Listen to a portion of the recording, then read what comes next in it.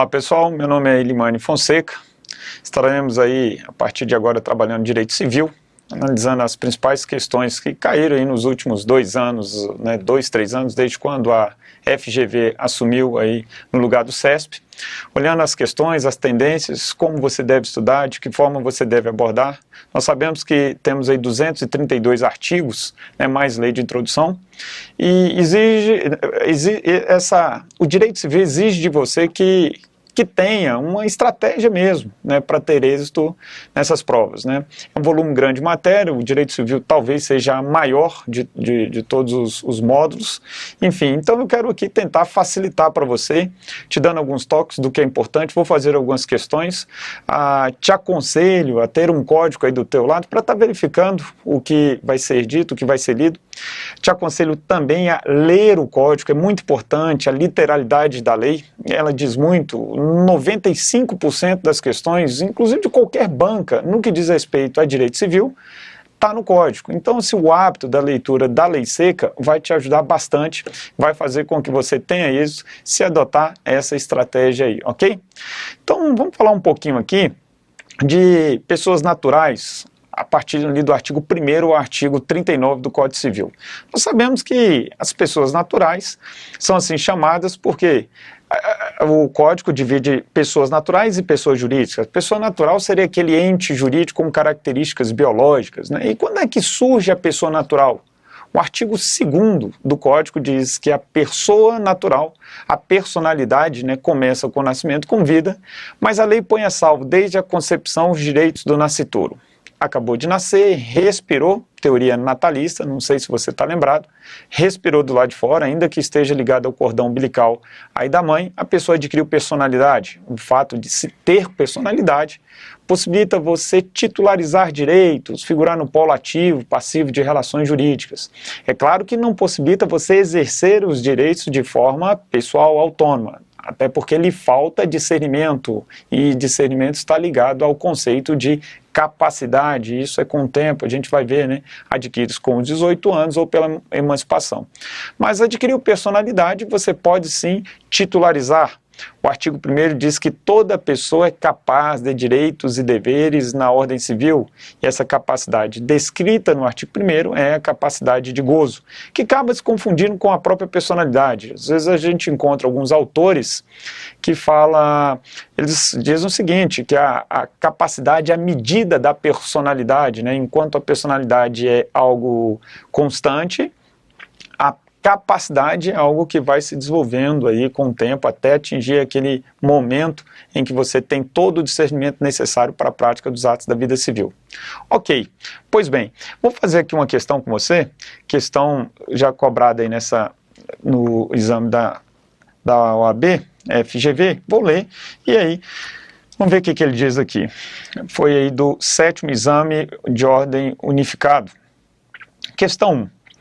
A proteção da pessoa é uma tendência marcante do atual direito privado, o que leva alguns autores a conceberem a existência de uma verdadeira cláusula geral de tutela da personalidade.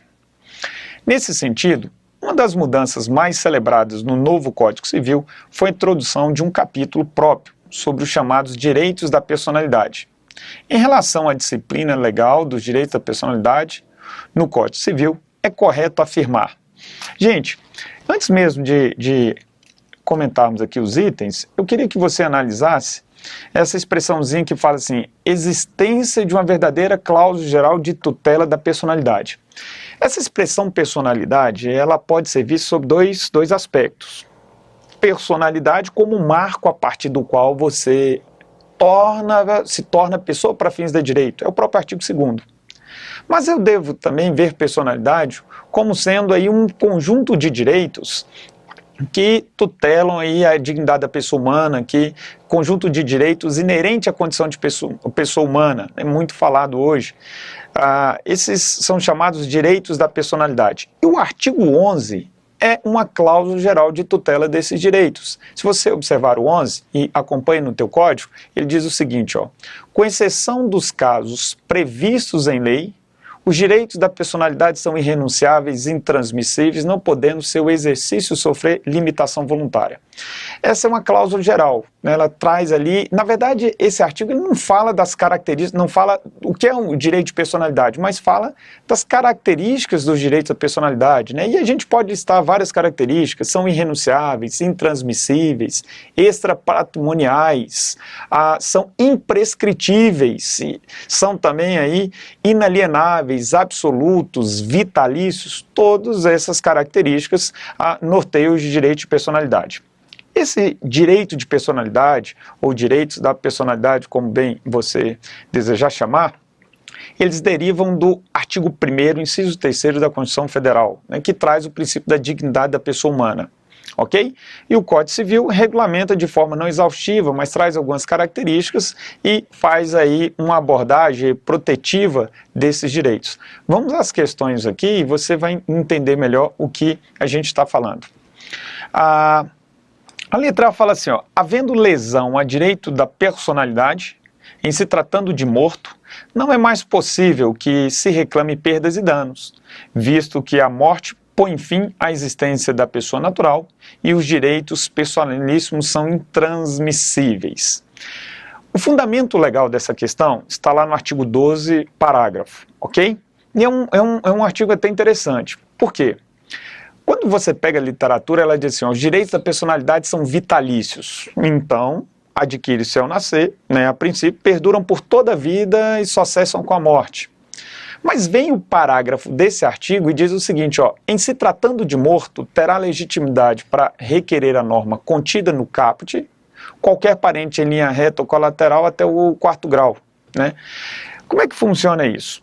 O caput diz assim, do 12, pode-se exigir que cesse lesão ou ameaça a direitos de personalidade sem prejuízo de outras sanções de cunho penal, aí, por exemplo, crime de injúria. E aí vem um caputzinho e se refere ao morto. Veja bem, morto não tem personalidade, porque nós sabemos que a personalidade cessa assim com a morte. O artigo 6º, né, vem e diz, olha, a existência da pessoa natural termina com a morte, presume-se essa quanto aos ausentes, nas hipóteses em que a lei admite a abertura da sucessão definitiva. No entanto, os direitos da personalidade, eles perduram pós-morte, e há autores que falam sobre os reflexos da personalidade que perduram pós-morte, né? Você, podendo até gerar lesão de forma indireta a pessoas que se ligam por vínculo de parentesco ao falecido. A questão está errada quando ele fala assim, ó, visto que a morte põe fim à existência da pessoa natural, até aqui tudo bem, e os direitos personalíssimos são intransmissíveis. Olha só, eu tenho aí os reflexos da personalidade com base no parágrafo 12 do Código Civil, que admite aí a pessoa que foi lesada em razão do vínculo, das informações que foram repassadas sobre um ente querido. Nós temos a história clássica aí do Rui Castro, né, que fez uma biografia sobre o Garrincha e colocou várias informações sobre ele lá, dizendo, né, que ele tinha inclusive nascido na cidade de Pau Grande, que era um cara bem quisto e que era bem dotado. Veja, uma informação, ao meu ver, desnecessários para você colocar num livro. Veio as filhas do Garrincha e entraram com ação pedindo a supressão dessa informação do livro, porque era aviltante, acabava atingindo a elas, mesmo o Garrincha estando falecido, né? É o que a gente chama de dano em ricochete, ou lesados indiretos, ou vítimas do dano reflexo, ok? Então o item aqui está falso. Bom, vamos para a letra B. Como regra geral, os direitos da personalidade são intransmissíveis, perfeito, e irrenunciáveis, ok? E intransmissíveis e irrenunciáveis, mas o seu exercício pode sofrer irrestrita limitação. Não. Quando ele fala irrestrita limitação, torna o item falso. Nós temos aí alguns enunciados do CJF, diz que a limitação não pode ser geral e permanente. O que quer dizer isso? Limitação geral e permanente. Bom, vamos partir do artigo 11. O artigo 11 diz, com exceção dos casos previstos em lei, os direitos da personalidade são irrenunciáveis, intransmissíveis, não podendo seu exercício sofrer limitação voluntária. Ponto. É o 11. No entanto, alguns direitos da personalidade admitem, sim, restrição voluntária. Veja que eu posso aí admitir contratualmente que a minha liberdade seja restringida e a minha intimidade seja exposta para o Brasil todo num programa como aquele exibido lá pela TV Globo, que é o Big Brother. Veja, esse contrato não estaria lesando o direito de personalidade, eu estaria dispondo de direitos indisponíveis? Não. Por quê? Porque eu tenho uma restrição temporária, uma restrição que não é permanente. E nesse caso, é admitida sim. Tá? Depois você dá uma verificada nos enunciados CJF, enunciado 1, 2, 3, 4, logo os primeiros ali da primeira e da terceira jornada de direito civil, que diz exatamente isso, olha, os direitos da personalidade não, até podem sofrer limitação voluntária, desde que não seja geral nem permanente. Só abrindo um parênteses, é importante que você leia esses enunciados, gente. Os enunciados, eles não têm força de lei.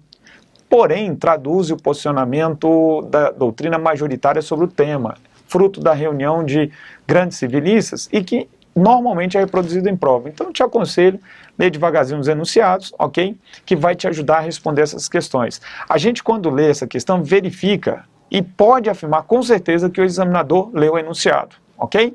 Maravilha. Vamos aqui para a letra C. É permitida a disposição gratuita do próprio corpo, no todo ou em parte, com objetivo altruístico ou científico, para depois da morte, sendo que tal ato de disposição poderá ser revogado a qualquer tempo. Gente, essa questão reproduz a literalidade do artigo 14, tá? Ela é verdadeira, você vê que o cara copiou, Ctrl+C, Ctrl+V, o artigo 14. E é interessante, então, essa leitura exaustiva do Código. O que ele está falando? Olha, para depois da morte eu posso até dispor do meu corpo, eu não posso dispor em vida, eu não posso doar o meu coração para você de modo a comprometer a minha integridade física. Mas para depois da morte, perfeito. E posso revogar esse ato a qualquer momento, lógico, gente, antes da morte, né? Por favor, tá? É um permissivo legal aqui. Tá bom. Olha só a letra D. Em razão de sua maior visibilidade social, a proteção dos direitos da personalidade, das celebridades e das chamadas pessoas públicas é mais flexível, sendo permitido utilizar o seu nome para finalidade comercial, ainda que sem prévia autorização. Gente, é errado, olha só, de maneira alguma. Isso aqui, ó, quando ele diz sendo permitido utilizar seu nome para finalidade comercial, ainda que sem prévia autorização, de maneira alguma. Outra, não é mais flexível, eu não posso aí separar pessoas que têm aí uma certa publicidade, uma certa a presença na sociedade em relação a outras, de maneira alguma. Dá uma olhadinha, eu vou ler com você o artigo 17 e 18, enquanto eu acho aqui, queria que você verificasse aí, quer ver? Artigo 17 e 18, ele diz o seguinte, ó, o nome de uma pessoa não pode ser utilizado por outra em propaganda comercial. Ponto, tá? O artigo 20 diz que, salvo ser autorizado, ou em razão da administração da justiça, a voz, a palavra, a imagem de uma pessoa também não poderá ser utilizada. Ainda que não se destine a fins comerciais, enfim, ainda que não tenha intenção difamatória, nome e imagem são direitos de personalidade e, como tal, não podem ser utilizados por outra pessoa, ok? Muito cuidado aí, que eu tenho inclusive a súmula 403 do STJ, que traz o que a gente chama de presunção in re ipsa. Interessante essa súmula, depois você confere, súmula 403, ela diz o seguinte, olha, o direito de indenização por uso do nome, e da própria imagem, lá fala imagem, mas a gente pode estender ao nome, independe, o uso desautorizado da imagem, o direito de indenização, independe do efetivo prejuízo, gerando o que a gente chama hoje de presunção in re ipsa. A pessoa tem direito a ser indenizada independente da existência do próprio dano, ok? Então preste atenção, essa questão aqui está errada, com base aí no artigo 17, 18, 19, o 19 trata do pseudônimo, nem tanto, mas o artigo 20, tá? Sendo permitido utilizar seu nome para fins comerciais, ainda que sem prévia autorização. Sem prévia autorização não se pode usar o nome de uma pessoa. Confira aí o artigo 17 e 18. Ok? Sensacional, você está entendendo, tá? Eu queria só voltar aqui no item B, em regra geral, direitos à personalidade, perdão, havendo lesão, eu só queria que você tomasse nota do enunciado 4 do Conselho de Justiça Federal. O enunciado 4 fala exatamente aqui o que o item B está dizendo. Na verdade, ele fundamenta o fato do item B estar errado. Ele diz, né, como regra geral, os direitos da personalidade são intransmissíveis e irrenunciáveis, mas o seu exercício poderá sofrer irrestrita limitação. Se você pegar lá o enunciado 4, CJF, você vai ver que admite sim limitação, desde que não seja permanente nem geral, ok? Maravilha. Vamos para a próxima questão aqui e a gente vai trabalhando nesse ritmo os temas que forem aparecendo. Os vitrais do mercado municipal de São Paulo, durante a reforma feita em 2004, foram retirados para limpeza e restauração da pintura. Considerando a hipótese e as regras sobre bens jurídicos, assinale a afirmativa correta. Gente, já te dou o toque que essa questão ela está ali entre o artigo 79 ao artigo 103, perdão, isso, 103, que trata aí dos bens, tá? Dos bens.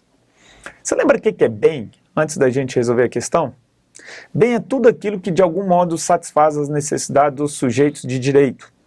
Pode ter valor econômico ou não, pode ter valor econômico ou não, pode ter existência física ou apenas existência jurídica, pouco importa. Se satisfez as necessidades do sujeito de direito, isso é um bem, ok? Maravilha.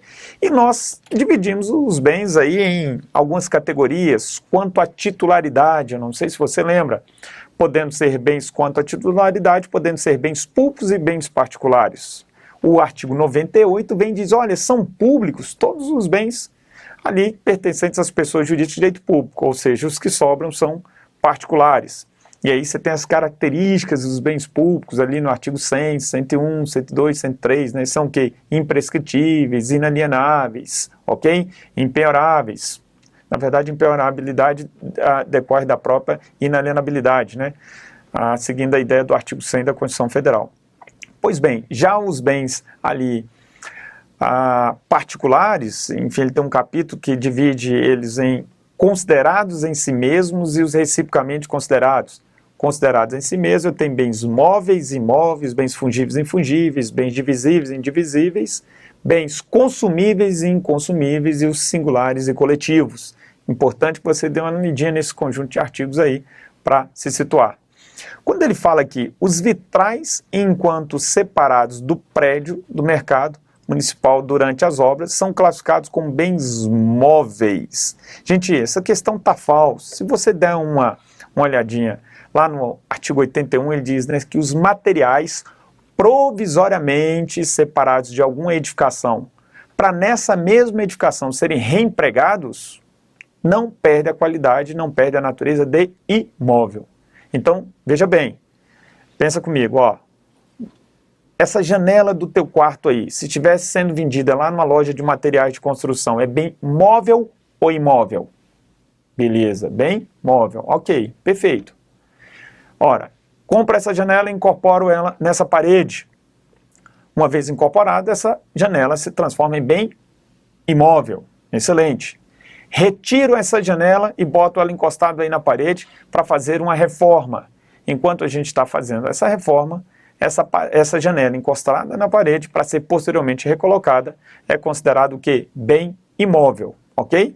Os materiais provisoriamente separados de alguma edificação para nessa mesma edificação serem reincorporados não perdem a característica de imóvel. Readquirem essa característica os materiais destinados a outra edificação. Ok? Lembrando também que aquelas edificações, né, as casas separadas do solo, permanecem íntegras, né, permanecem intactas, não perde a característica de imóvel, né? Seria aquela casa americana que normalmente a gente vê na televisão. Dê uma lidinha então no artigo aí 81, tá? Do 79 ao 81 você tem o tratamento dos bens imóveis. Então, tá falso aqui quando ele fala bens móveis, seria bens imóveis, tá? Imóvel. B. Os vitrais retirados na qualidade de material de demolição, considerando que o mercado municipal resolva descartar-se deles, serão considerados bens móveis. Exatamente o que eu falei para você. Os materiais retirados de uma edificação para serem incorporados em outra, ou enfim, né, que não vão ser incorporados na edificação de onde foram retirados, são considerados bens móveis. Você deve estar se perguntando, tá, a aplicação disso. Na verdade, isso foi uma reprodução do código em relação ao Código 16 e que hoje não tem muita serventia. Mas vira e mexe, isso aparece em prova e não é demais sempre dar uma lidinha nesses artigos, ok? Da parte geral. Aí ele vem aqui e insiste na tese, né? Ele diz, olha, os vitrais do mercado municipal, considerando que foram feitos por grandes artistas europeus, são classificados como bens fungíveis. Não, da forma com que ele colocou, a gente observa que não são bens fungíveis, são bens infungíveis. Deixa eu apagar aqui para ficar legal aí, ok? Ficar essa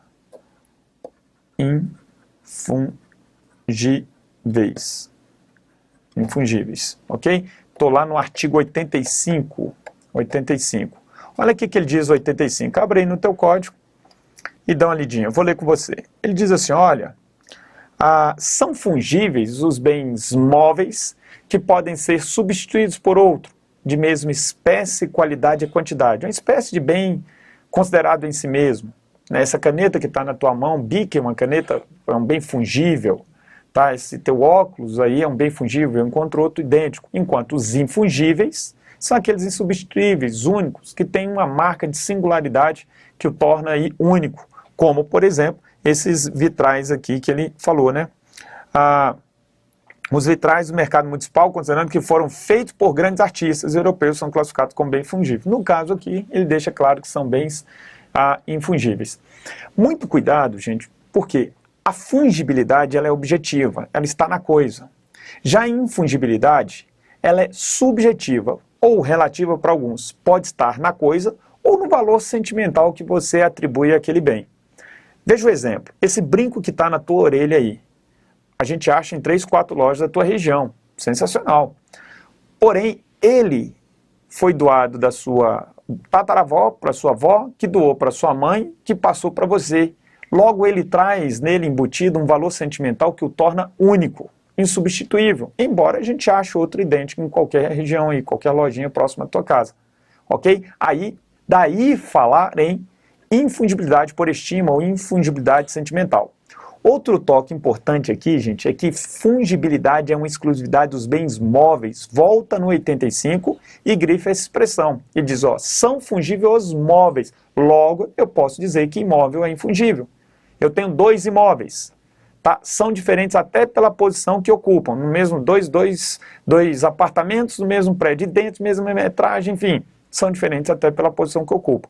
Logo, a infundibilidade aí. A fungibilidade é uma característica dos bens móveis, ok? Grife isso no 85, não é demais repetir. Vem a letra D e diz, né, os vitrais retirados para restauração por sua natureza são classificados como bens móveis. Olha, os vitrais retirados para restauração, dá para a gente inferir aqui que seriam, né, recolocados. Por sua natureza, são classificados como bens móveis. Não, não são bens móveis, são bens imóveis, tá? São aí bens imóveis. É só você dar uma verificadinha aí do artigo 70, e aí vale você ler aí do artigo 79 ao artigo 81. Artigo 81. 79, acompanha só, ele diz, né? São bens imóveis, o solo e tudo quanto lhe incorporar de forma natural ou artificial. Vem aí o artigo 80 e traz os chamados imóveis por determinação legal. Quais são? Ora, o direito à sucessão aberta, não é isso? E os direitos reais sobre imóveis e as ações que os asseguram. Perfeito? São os 2 imóveis por determinação legal. Tá? E vem aí o artigo 81 depois e diz, né, os materiais que provisoriamente foram retirados de alguma construção para nessa mesma construção serem reempregados, não perdem a característica de imóvel. Sensacional, você está entendendo? Um brief rápido sobre esses temas e a gente continua dessa mesma forma aí, a gente já passa para a próxima questão, ok? Então, letra correta, letra B de bola. Tá bom, tá bom. Espero que você esteja entendendo. Professor, mas e as benfeitorias? São bens ou não são bens? Ali entre o artigo 96 e 97. Gente, preste bem atenção. Benfeitorias não são bens, ok? São melhoramentos, são acréscimos feitos às coisas, né, por intervenção do homem que se incorporam definitivamente. eu tenho benfeitorias necessárias, úteis e voluptuárias. Eu posso até dizer, como o professor, repetindo o que consta no livro do professor Nelson Roosevelt, um livro muito bom por sinal, ele diz, olha, as benfeitorias são obras ou despesas feitas em bens já existentes e que se incorporam de forma definitiva. Tem um tratamento ali específico e que ganham a relevância no que diz respeito aos efeitos da posse e o direito de indenização. Mais à frente a gente trata com maiores detalhes, ok? Fico por aqui e te vejo em um próximo bloco.